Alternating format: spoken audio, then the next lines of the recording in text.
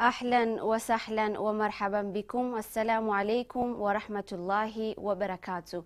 It's another beautiful Friday morning of the 5th of September 2025.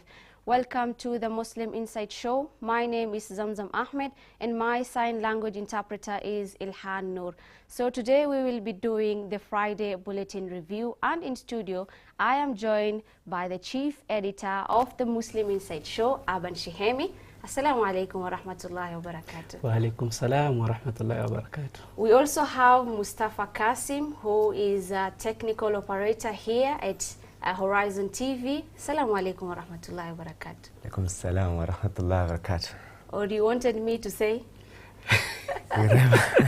You are a journalist because you have all the titles. You are the you're a technical operator, you are a journalist, you are a reporter. Now that we're talking about the Muslim Insight, call me Mustafa Kasim, the reporter of the Muslim Insight. Mustafa Kasim, the reporter of the Muslim Insight. Yes. Okay. Since we are doing the Friday Bulletin review, and I want us to start with the front page. It says, from swampland to skyline, the 100-year journey of Jamia Mosque. Before we even go deeply to what the title or the topic of this story is all about, maybe to start with you, Aban Shihemi. When you see Jamia Mosque, what do you say? I think for me, I've had the chance of working here at Jamia Mosque since 2017. And every time I walk into this building, I see a symbol of faith, a symbol of unity, and a symbol of resilience. That's the picture that I see Jamia. Now, coming to you, Mustafa Kasim, Yes. that question to you. When you see Jamia Mosque, what do you see? Thank you so much, Zamzam, for that question.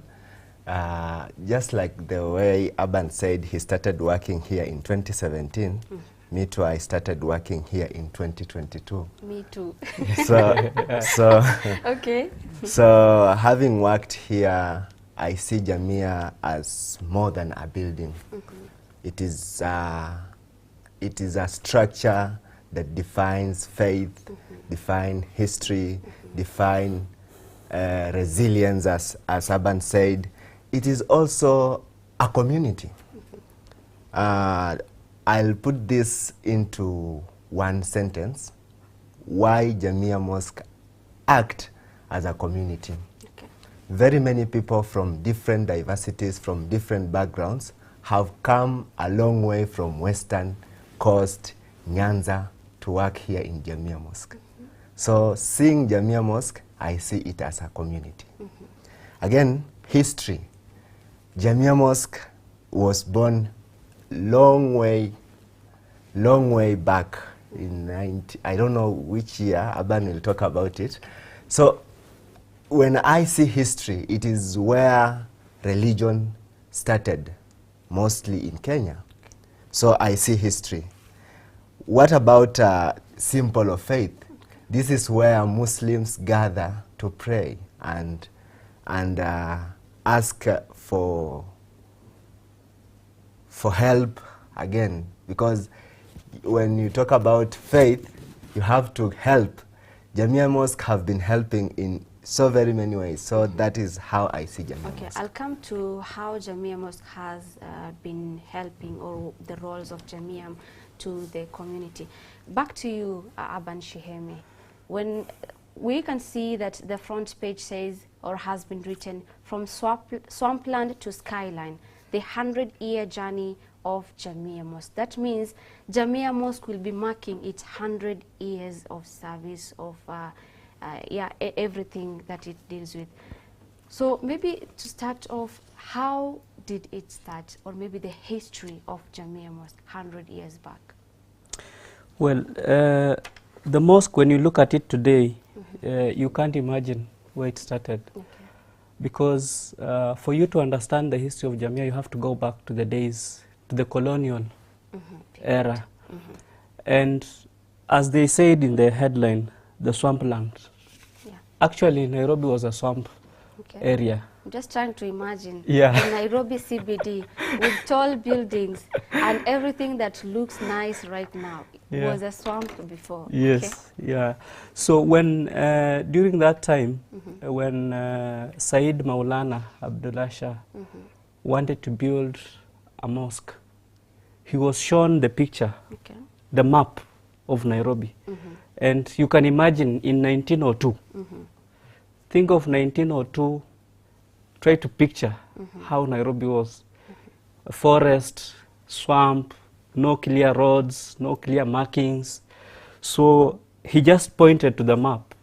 I will build a mosque here. At the center. Okay. And they were asking him, why build a mosque in a forest? Because there was literally nothing. And the man with his vision, no one else could see. He said, I'm building the mosque here because one day this will be the central business district. Okay. And today, just look around. Even one of the oldest religious buildings, other than the mosque, look at the All Saints Cathedral. It's outside the CBD. So you can imagine the vision this man had back in 1902 and decided to start a small structure of a mabati iron sheet. Very small structure in a swamp area, in a forest. And today, this is the picture that we have of Jamia. Yeah. And the construction of Jamia is clearly connected to the railway line. The construction of the Kenya-Uganda railway. So those people from Mombasa, they were building a railway coming all the way to Nairobi. And every stop, they've built a masjid. Every stop they went along the railway line, there is a masjid they built. And interestingly, this mosque, it's very far away from the railway stop, because the Kenya Railway, there is a, down there, there is the stop, the Kenya Railway, where if you go, there are so many railway tracks there. You can see the distance from there to this place. So these people, when they decided to build a mosque, that distance is very long. At the time, you want to build a mosque, but you don't have the technology, right? Yeah. So there were a lot of things that needed to be done. The idea for Jamia came in 1902, but the construction did not begin in 1902. It had to wait for almost 23 years, because the construction started in 1925, right? But between 1902 to 1925, there was a small mabati structure that the Imam, who was then Said Maulana Abdullah Shah, used to live, and they used to pray there as a mosque. So in 1925, fast forward, is when now the construction began. And the construction began by people coming together, donations, energy. The efforts were pulled together, mostly the Asian Muslims and the Africans as well were there. Remember, between 1902 to 1925, the Asians could not own land. The land was clearly being owned by the British colonialists. So now, they could not build any permanent structure, because you don't own land. There was an edict prohibiting them from owning land. But later on, of course, they got the permission. They were given the chance now to start owning land. And now the construction of Jamia Mosque. The structure that we see today, you know, Jamia is in two parts. Most people don't realize. Jamia is in two parts. There is the old mosque, and there's the new wing. So if you go to the main section, you will see there is a gap between the old mosque and the new wing. There is a green area zone that clearly will show you. So the stones and the construction from the old mosque, we are told all of it came from India. You can imagine. The stones came from India. So someone will ask, how? In 1925, you bring stones from India to Kenya to build a mosque. Yes, it is possible, because during that time, the technology of, you know, making the stones, the shape of the stones, was not in Kenya. But the Indians had already advanced in that technology. The technology of iron domes, no, the preparation of those iron domes was not in Kenya. But the Indians were ahead of us. So all this was important. And that's why that old mosque is a national heritage today. Okay. It cannot be touched. You cannot extend it. You cannot reduce it. You can't do anything. Okay. And you can imagine from 1925 to today, it still stands very strong. It has stood the test of time. Okay, and I believe there is a similarities or maybe the differences between the time it was being built or maybe some years back and right now. Yeah. What's the difference in terms of the people it accommodates and everything? Well, when the mosque was built, if you go there, you'll see it was a modest mosque. But at that time, I believe the numbers could fit there. Today, Jamia has expanded. Yeah. It takes up to 12,000 people. It's not enough. You just need to look at, on Fridays, like today, you will see the parking area. People will be praying in the parking area. During Ramadan, a whole street has to be shut down for people to pray. So it means as years go by, Jamia is, has tried to expand, but it needs to expand even more because the number of Muslims keep growing day by day. Yeah. Okay. And let me come to you, Mustafa. You've talked about Jamia Mosque playing a big role to the community. And now you've heard that Aban Shehim was saying that it really needs some extension because more Muslims are coming, right? So what's the role? What are these roles that Jamia has been playing to the community? Thank you. First of all, I want to use this opportunity to pray to our grandfather, Said Maulana Abdullah Shah. May Allah grant him the best rank in Jannah, because what started as an idea now is a reality.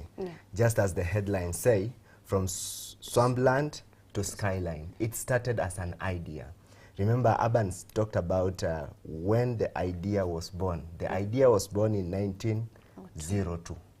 1902 till today is almost 120 years. Where were you in 1902? None of us was able to know that he will be born. So I want to pray to him. May Allah open and raise him, give him the highest rank in Jannah. That tells you, maybe before I come to the roles, that tells you about why starting something with pure intention means. When you start something, you have to start it with pure intention, humility, and purpose. So this Sheikh started it with pure intention, and now you can see Jamia Mosque accumulating up to 15,000. He talked about 12,000. Yeah. That is the number of people who can get into the mosque inside. But now, during Ramadan, you'll see that the whole street around the mosque are shut. There is no cars, there is no parking, there is no nothing. What happens there is only prayers on Friday. That means about 15,000 people can pray there.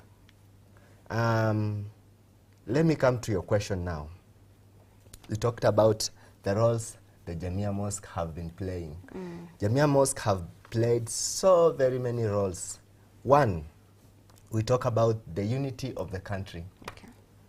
The mimbar have been used as the tool to unite people, especially Muslims.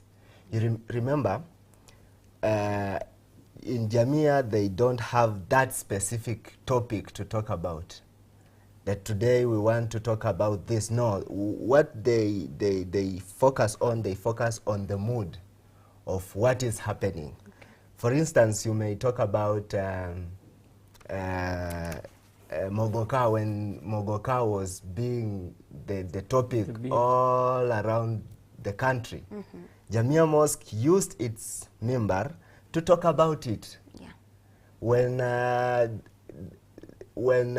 other issues of gambling were rampant across the country, mm-hmm. Jamia Mosque used the pulpit mm-hmm. to talk about it. So that is one of the roles that Jamia have been playing. Again, mm-hmm. Jamia Mosque have been acting as the source for, let me say, it's been acting as a mother of mm-hmm. all other mosques. Mm-hmm. Remember, when Ramadan comes, the first people to look for, before the moon sighting is done, you will see that people are looking for Jamia. Why? Because it is a recognized entity. It is an organization that stands on its own. So maybe I'll talk about that. Aban may be having something to add. Okay. Maybe just to add on what he's saying, you see, Jamia Mosque is the soul of Kenya's Muslims. And it is more than just a place of worship. It is actually a hotbed of services. The Muslims around the country, mm-hmm. they look at Jamia. Anytime, even just recently, we saw a collection for a mosque, not even in Kenya, yeah. from all the way mm-hmm. in England, okay. Manchester. They realized that if we are going to build a masjid here in England, in Manchester, we have a mosque in Kenya. If we go to, we'll get something. And when you look at the structure of Jamia, in terms of management, it has helped to shape the mosque to where it is today. Because they have laid down a clear structure that enables it to manage the services that it does. And when you talk about, let's say, da'wah activities, I don't think there is an institution in this country today, an Islamic institution or a mosque in this country today, that matches Jamia Mosque.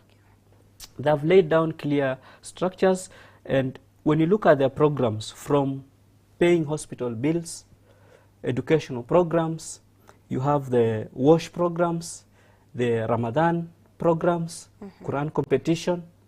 This is all laid down mm-hmm. to enable the mosque reach out to so many people. Okay. As you see Jamia here today, there are so many other mosques that it's managing in terms of construction, paying the imam, running of the madrasas. Other than that, a lot of Muslims across the country, because we know the issue of health is a big problem in the country. I don't want to talk about shasheshishoshu. That one I'll not go there.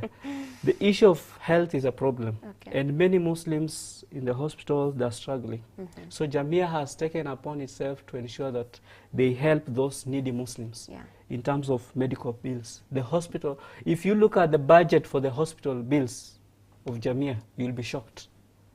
You will be shocked. Okay. And maybe we'll discuss what Jamia needs to do, because 100 years it has achieved a lot, but there is still more that needs to be worked on. So they have the health medical bills where they pay for patients. They have education programs where they pay for students. They need the students both in primary, secondary, and university.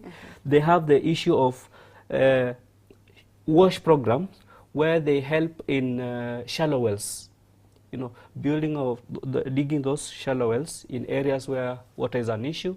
They also have iftar program where they distribute dry food to the needy Muslims across the country during Ramadan, and also they do Quran competition, just to give the youth, the young minds, the chance to come and participate in Quran memorization. And also finally they have an open day, a program that now I think should be matched across the country, where the non-Muslims are given an opportunity to come and visit the mosque, see what is in the mosque, ask questions about Islam, demystify Islam from the right sources. Okay. I believe, Mustafa, you have something or you had something to add on the activities that Jamia Mosque has been organizing to impact the community. Like, for example, he's mentioned about the Quran competition. Yeah. Thank you so much. I've had a chance to participate or to be part of the team organizers with Dawa office. Accompanied Dawa office in so very many places, including Marsabit, Isiolo, Kajiado, Narok, and even Nakuru. So Jamia Mosque, in one of the activities that have been doing, and it's in their heart, is the Quran competition, the annual Quran competition, which takes place each year. For over 13 years running, Jamia Mosque have been organizing these Quran competitions. And maybe I'll start with this, how it came to other counties. When their idea started, it was that the competition be done in Jamia Mosque during Ramadan. But now many people came on board and they intended to participate in this Quran competition. Now Jamia Mosque, through our office, gave out the opportunity to these madaris from across the six counties. This is Nairobi, Marsabit, Isiolo, Kajiado, Narok, and Nakuru. So these counties have been participating in these competitions, mostly during Ramadan. But before Ramadan, what we normally do is to have a knockout. We call it knockout stage, where participants are knocked out from that stage before the winners or the top are promoted to the finals. So this is one of the activities. I've also had a chance to engage in the annual open day. It is one of the biggest activities that I must commend Jamia Mosque, because it's all about interfaith dialogue. Okay. And anytime you talk about interfaith dialogue, you are encouraging brotherhood and neighborhood. So irrespective of your religion, your culture, your diversity, Jamia Mosque Nairobi have been opening its doors to the people to come and learn about the religion. That is something that we need to borrow, that other mosques need to borrow from. And also, we also talk about the Quran and Arabic lessons. Okay. Jamia Mosque have Quran and Arabic lessons. Very many people are coming to Jamia to learn Arabic. We have a library where many people are coming to Jamia Mosque to learn for free. An initiative which was brought by Said Maulana Abdullah Shah. It is just an idea now. You can see people are getting what you cannot believe. Also, we also talk about the weekly lectures. It is only in Jamia, because in so very many mosques that I've walked around, it is not easy to find a mosque that have everyday lecture. Jamia Mosque have a weekly lecture. Talk about, maybe I give you the breakdown. On Monday, we have a lecture before Dhuhr. On Tuesday, we normally have 2 lectures. That is before Dhuhr and after Maghrib. Most of the time we have Sira and other topics that pertain us. We also have on Wednesday another topic to talk about, that is pre-khutbah and after Maghrib. We also have Thursday pre-khutbah, and you see, these are some of the things that makes Jamia to be the beacon of hope and faith in Nairobi. Thank you so much, Mustafa. And I believe that this is something, if we are talking about Jamia, we cannot even take 1 hour, 1 day or 2 days. It really needs more time. But let's take a short break and we will be back with more on the same, inshallah.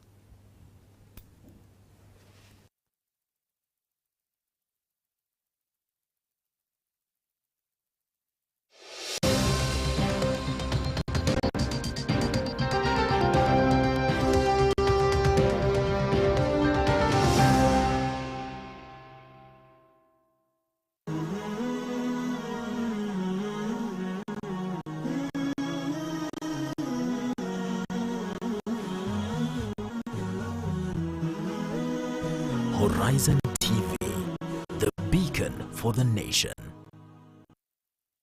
أعوذ بالله من الشيطان الرجيم.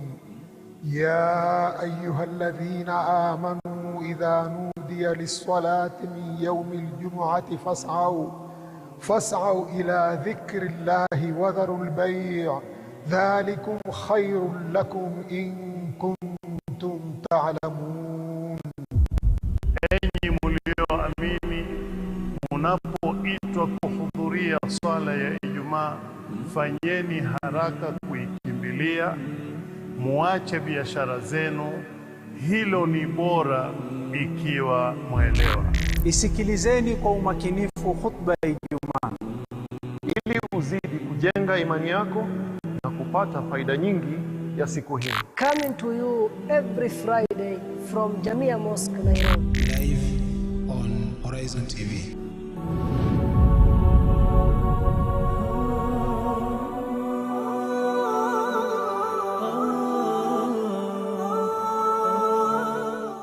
Ni kitabu chenye uongofu kilichoteremshwa kwa mpangilio maalum. Sura ikiitwa Madania inamaanisha iliteremshwa Mtume sallallahu alaihi wasallam alipokuwa kwa Madina. Kila sura imepewa jina rasmi na sababu zake za kimsingi. Inaitwa Suratun Nisa'il Kubra, sura ya wanawake kubwa. Fahamu sababu za kuteremshwa Qur'an na matukio ya kipekee katika utaratibu huu. Asema Mwenyezi Mungu wa Nuha, nakumbukeni kisa cha Nuh, tumpomlingania kabla, tukamjibu yale mambo aliyoyaomba, tukawa ni wenye kumwokoa yeye na ahli yake. Ungana na Profesa Muhammad Salim Badamana katika malengo ya Qur'an kila siku ya Jumapili saa 11 kamili jioni katika Horizon TV.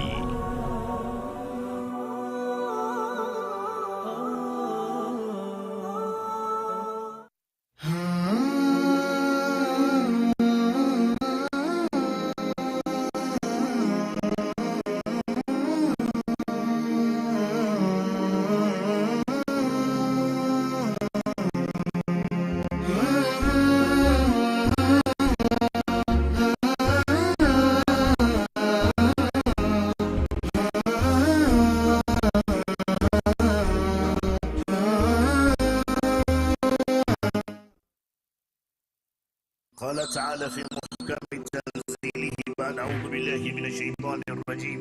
Nasaha kutoka pwani. هذا الدين قال الله قال الرسول قال الصحابة هم أولو العرفان. انتهى. Ili kuongoza kwenye njia iliyonyoka. Sikizeni hadithi hii ya Mtume alayhi salatu wasalam. Hakuna atakayeweza kumfungia mtu mlango ambaye Mwenyezi Mungu aliyemfungulia. Kuimarisha imani yako. Thabbit qulubana ala dinik wa ala ta'atik. Ungana na mashekhi wetu kutoka pwani kwenye mimbar. Mimbar zinamwakilisha Mtume sallallahu alayhi wasallam. Ni Jumamosi na wakati saa 3 usiku katika Horizon TV, runinga uipendayo.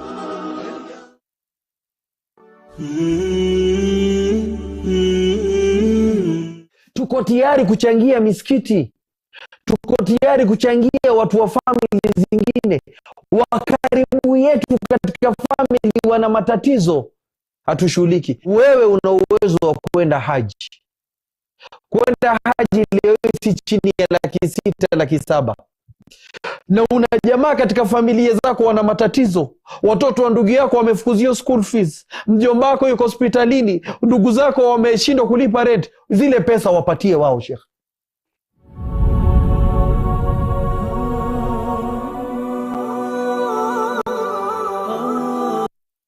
Pearls of Wisdom. Abu Sa'id al-Khudri, may Allah be pleased with him, narrated that the Prophet sallallahu alaihi wasallam said, "O Allah, I take refuge in you from anxiety and sorrow, weakness and laziness, miserliness and cowardice, the burden of debts, and from being overpowered by men." Quote of the day. Uthman bin Affan radiallahu anhu said, "Do not quarrel and do not create differences among yourselves. Hold fast to the rope of Allah and maintain unity in your ranks."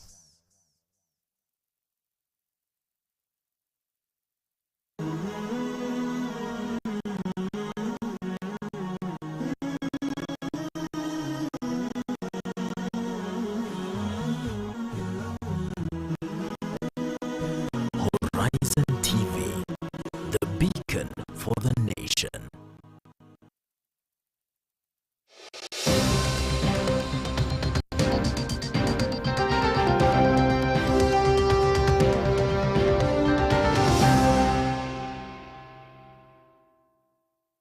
Assalamu alaikum wa rahmatullahi wa barakatuh. Thank you so much and welcome back to the second segment of the Muslim Insight Show, and we are talking about, or rather doing, the Friday Bulletin review, and we are still on the front page, from swampland to skyline, the 100-year journey of Jamia Mosque. And before we took a short break, Mustafa was telling us about the activities that Jamia has been organizing for the people. Maybe we can take from that.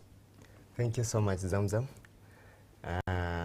I was talking about the activities that Jamia Mosque do, and before we left, we were talking about weekly lectures. So maybe I'll leave the weekly lectures to other activities where Jamia Mosque organizes and has a reverts classes. Reverts classes, anyone who reverts in Jamia Mosque or reverts from somewhere else and want to get a certificate of reversion, he can come to Jamia Mosque, he gets the certificate, register for classes, and he gets the classes for free. That is something that is very important to our Ummah. Another thing is the sign language classes. Jamia Mosque have been offering sign language classes. Remember, it's very important that people put this into the mind that we are not all able. We are not all able. There is those people who are challenged. They may not be able to talk. They may not be able to understand what you say, but they may understand through sign language. So Jamia Mosque, as the beacon of hope, have been offering sign language classes. And I don't know why you're not talking about the one person we have here. We also have the sign language interpreter. She is, in fact, she is the product and the student of Jamia Mosque. So if she learned from Jamia Mosque and she can interpret in Jamia Mosque, that is something that we must be proud of. Yeah. We also have the Raising for Gaza. Jamia Mosque have been on the forefront of ensuring that people in Gaza get their rights. But even though it is not happening still, but they have been raising whatever they can to help the people of Gaza. And it is only in Jamia Mosque again, across Nairobi mosques, having prayed in several mosques, it is only in Jamia today that Kunut is being read in all the prayers from Fajr all the way to Isha. So it is something that is something inspiring and motivating. Okay. Yes. Thank you so much, Mustafa. Coming to you, Aban, I know time changes, different things happens. We have natural calamities, something like that. Maybe as per you, how is Jamia Mosque adapting to the changing times? Well, the mosque has been through a long journey. If you look back from the pre-colonial era to this era now, it has gone through all that. All the presidents the country has had, they have found Jamia here, and they have left Jamia here. And there have been several issues, whether of national interest, whether of global issues, whether just community issues that, as time goes by, Jamia has been involved in. Let's go back a little bit. During the formation of the 2010 Constitution, this mosque was central in articulating the issues of the Muslim. Today, when you read the 2010 Constitution, you realize there is a clear way that we have the Qadhi's court. It was through the efforts of this mosque and the other Muslims, because this mosque played a very key role in educating the Muslims on why we need the Qadhi's court in the Constitution and not as a parliament amendment. Because these are two things. Yeah. When you have it in the Constitution, it's protected. But when you just have it as a, an act of parliament, it can be turned anytime. So the people were thinking, like, we should just let them just have it as an act of parliament, we'll be fine. They didn't know why it was important to have the Qadhi's court in the Constitution itself. Because now, if you want to remove that Qadhi's court in the Constitution, you need to do a referendum. It's not easy now. And Jamia was central in ensuring that we have that. Let's look at the issue that happened globally, the issue of COVID-19. Yeah. We were here and we saw the meetings that Jamia was doing here, the trainings that were happening here, opening of the mosque, the closing of the mosque. Jamia was central. Every time there is a communication from the government to the Muslims, they go to Jamia. Yeah. The first time in history we saw the sitting president, he had iftar here in Jamia. For the first time in history, the president came, sat in the mosque. We held an iftar during Ramadan. It was historic. The then Interior Cabinet Secretary, Fred Matiang'i, whenever there was an issue pertaining the Muslim community, we as Muslims, there are those specific issues, tumebandikiwa, and we can't run away from it. Tumeekelewa, whether it's terrorism, Al-Shabaab. Yeah. When you say Al-Shabaab, automatically they say Muslims. So whenever there were issues within the Muslim community that the government needed to address, Fred Matiang'i walked here. He was held here. He was hosted here at Jamia Mosque. And look at the issue that happened in Shakahola. It was not a Muslim-related issue. I wonder what would have happened if it was a Muslim-related issue. But either way, the Muslims came out and said, look, we have been telling you that there is a problem. We have this, they call it religious extremism. The Muslims said there is religious extremism. But majority of people are saying, no, religious extremism is only in Islam. Okay. So when Shakahola happened, everyone was shocked. So they realized, okay, so religious extremism can happen in any religion. In Islam, Hinduism, Christianity, Buddhism, whatever you want to call it, it can happen. So they had to come back to the Muslims and say, Jamia, please give us a list of scholars. We want to form a religious committee that is going now to look into this Shakahola and how we can now regulate religion. Jamia has been in the forefront of hosting meetings here, representing the Muslims across the country, to say, we will regulate the religion, because if the state is given the chance to regulate the religion, we'll have a problem. They will now start dictating on what will be said in the mimbar. Today, Friday, what will be said will be sent from State House. Okay. So we don't want that. We can regulate ourselves. So Jamia has been in the forefront in that as well.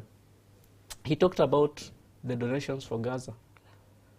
And all this is, as years go by, there is something that is happening.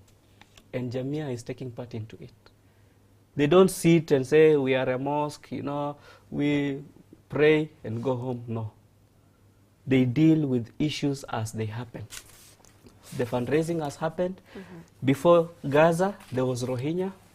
We did fundraising for Rohingya. We've done fundraising for the drought victims. Remember, just a few years ago, Marsabit, Isiolo, those northeastern parts, there was a series of drought. Jamia has been doing that. So as years go by, it has been adapting to these changes. And that's why even today, it is still the only mosque in the country that has an established media outlet, a serious established media outlet. Look at the Friday Bulletin. It has been there for long. Why? Specifically to air the issues within the Muslim community. They have put this in place to enable the Muslims in this country to have a voice. When time went by, they realized, okay, print only is not enough. We need to go digital. Now, look at our social media. Jamia is all over. The social media pages. When the moon has been announced, either for the beginning of Ramadan or the end of Ramadan, everyone is on social media. Sheikh Jamal amesema nini? Right? Yes. And also now they realize, okay, we need TV because of da'wah. Because now you can't, you need to talk to people in their own houses. Then they opened HorizonTV. So as time goes by, Jamia is also evolving with time. Okay. Yeah. Wow, mashallah. I thought maybe you'd miss to mention HorizonTV. Maybe coming to you, Mustafa. Yes. And I say that there is a lot to talk about Jamia. But because of time, maybe you can get from you, as per your opinion, where do you see Jamia in future? Or maybe what are the plans that should be put in place in future? Yes, thank you so much. I see Jamia still as the only home of dawah in future. I see Jamia as the leader of all the institutions, Islamic institutions in Kenya. And again, I see Jamia as the hope for the hopeless. Where I see Jamia in the next years, when we will not be there, inshallah, I see it as the only option where Muslims will come and get their problems solved. This is something that have been happening. But I still see it as the only home where people will come, get their problems solved. Maybe you allow me talk about how Jamia have been doing this. Jamia have been using he talked about the media outlets. Jamia Mosque is using the media outlets to propagate dawah. Look at this Friday Bulletin. When you open it on page 3, you'll see Sheikh Jamal have talked about the law of attraction in Islam. That is something that is, you are educating someone. You are propagating dawah. We have the ayah of the day, of the week. We have the questions that pertain Islam. Light of knowledge. Light of knowledge. Whom did you think Prophet Sallallahu Alaihi Wasallam appointed as the guide during the journey? Now you are learning through the Friday Bulletin. Yeah. Talk about Horizon TV. We are learning through Horizon TV by getting shows that inform us about our religion, educate us about our religion, and also inspire us. So this is one of the biggest things that I see Jamia as the hope and as the only home that still lives. Yes. Wow.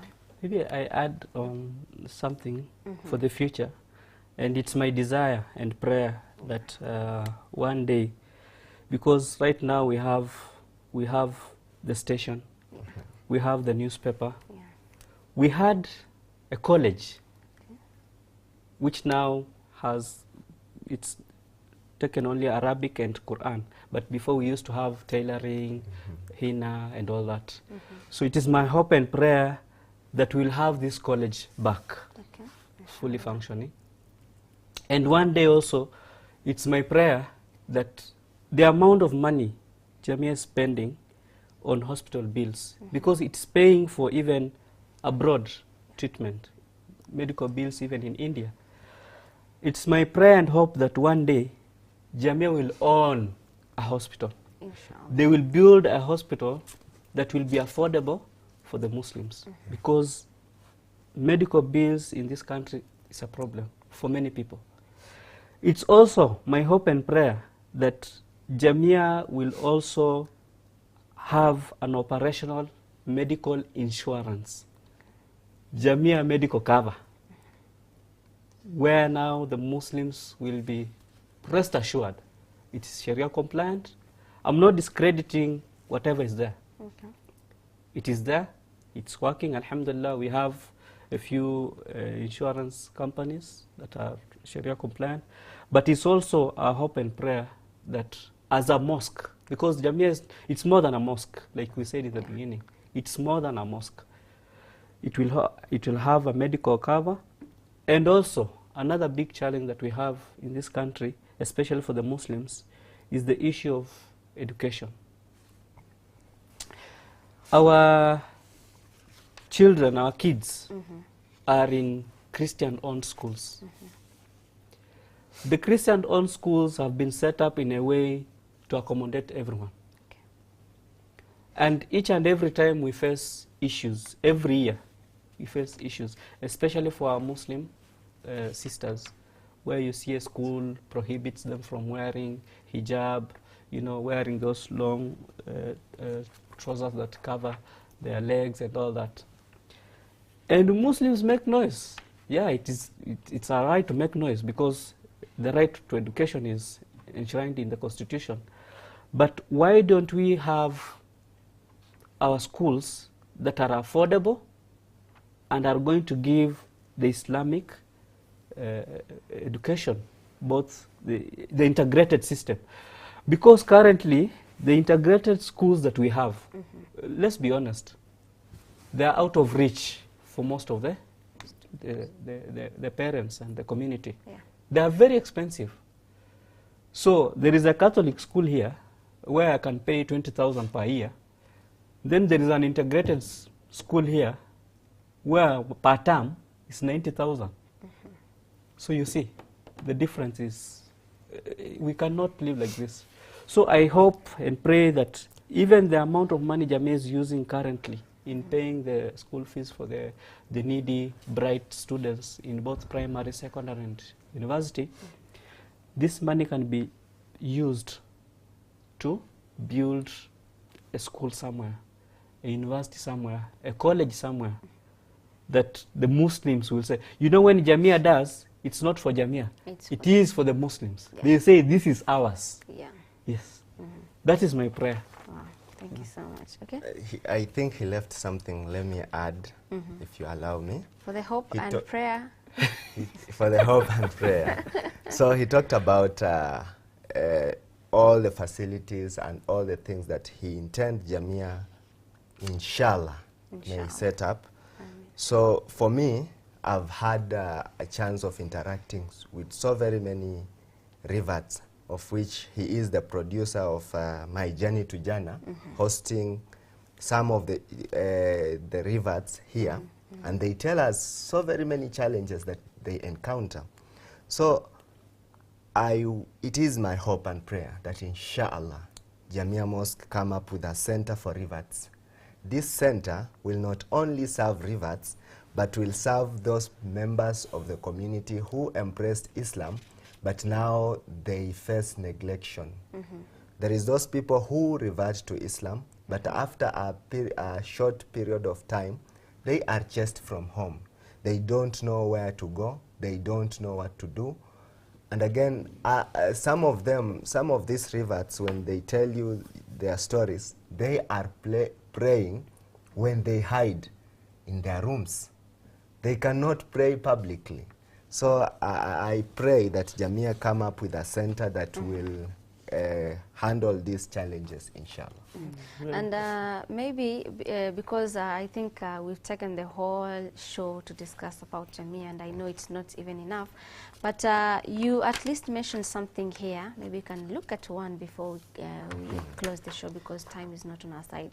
On page 3, we have law of attraction in Islam. There are quite some few things that really needs a Muslim to know.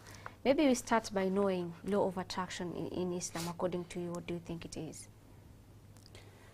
I think it's just basically understanding what is right and wrong, or the negatives and the positives.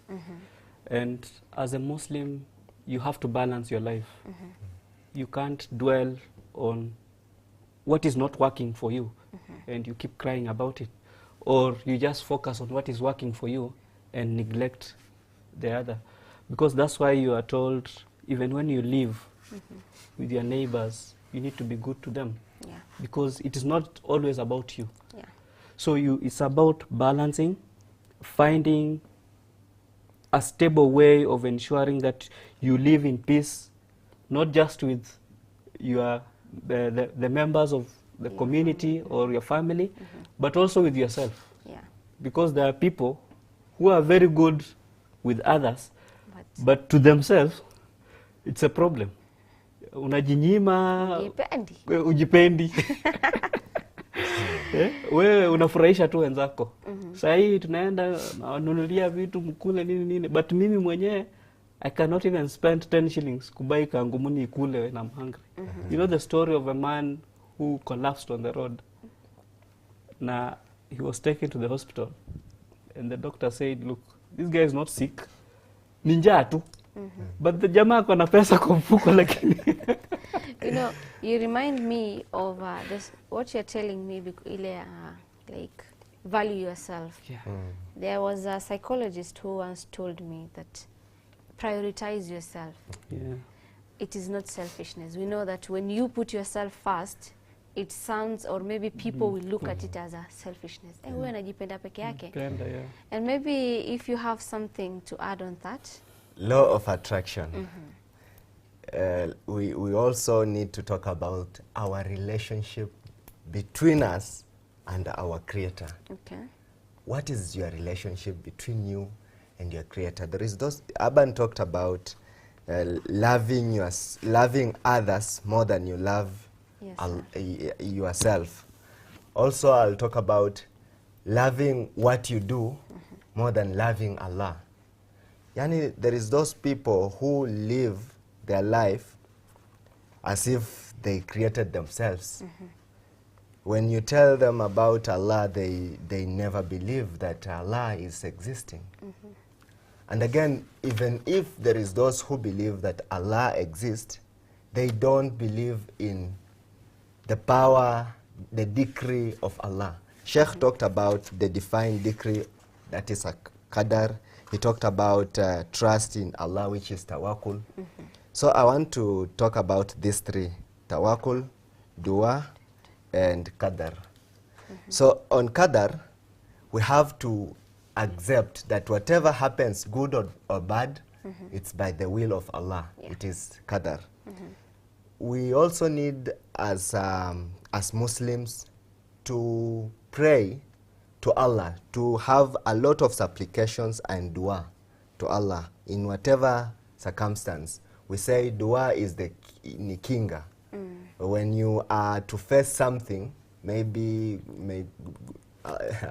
may Allah not make it happen, that you wanted to, you going somewhere, then you were to encounter accident, but you prayed dua in the morning, Allah protects you. He keeps the barrier. We also talk about tawakkul. We always believe that when you have that intention and you know that whatever that I'm getting is from Allah, whatever that is happening is due to Allah, you depend on Allah in everything, then I think that is the law of attraction, and that is what Sheikh is trying to educate us on. Yes. There is this last one when you talk about positive thinking and attitude. I think it has been mentioned a bit, not... Yeah. Positive thinking. There is those people who always see things, every side are negative. I was applying for a job, it didn't come. You just see like, wamenionea, no, hawakuonei. You have to think positive. Maybe this thing did not happen because there is something good happening. When I was in high school, I used to use a bicycle. And my dad used to tell me that ukienda shule, ukapata bicycle yako imeharibika on your way. What happens? You thank Allah. You thank Allah, why? Because Allah have saved you. Maybe bicycle kuharibikia hapa is better for you than uko mbele. Maybe uko mbele ungegongwa, you understand? So you always have to be positive and think positively. Wow, yes. Thank you so much. I think time is not on our side, and I truly appreciate you guys being here and helping with the review of the Friday Bulletin. And to our viewers, there is a lot that has been discussed or maybe written on this Friday Bulletin. Maybe you can grab yourself a copy so that you can get to know what is happening around the Muslim community, and mostly know about, or rather attest to, what we are discussing or have discussed on the 100-year journey of Jamia Mosque. Until next Friday, my name is Zamzam Ahmed. Assalamu alaikum wa rahmatullahi wa barakatuh.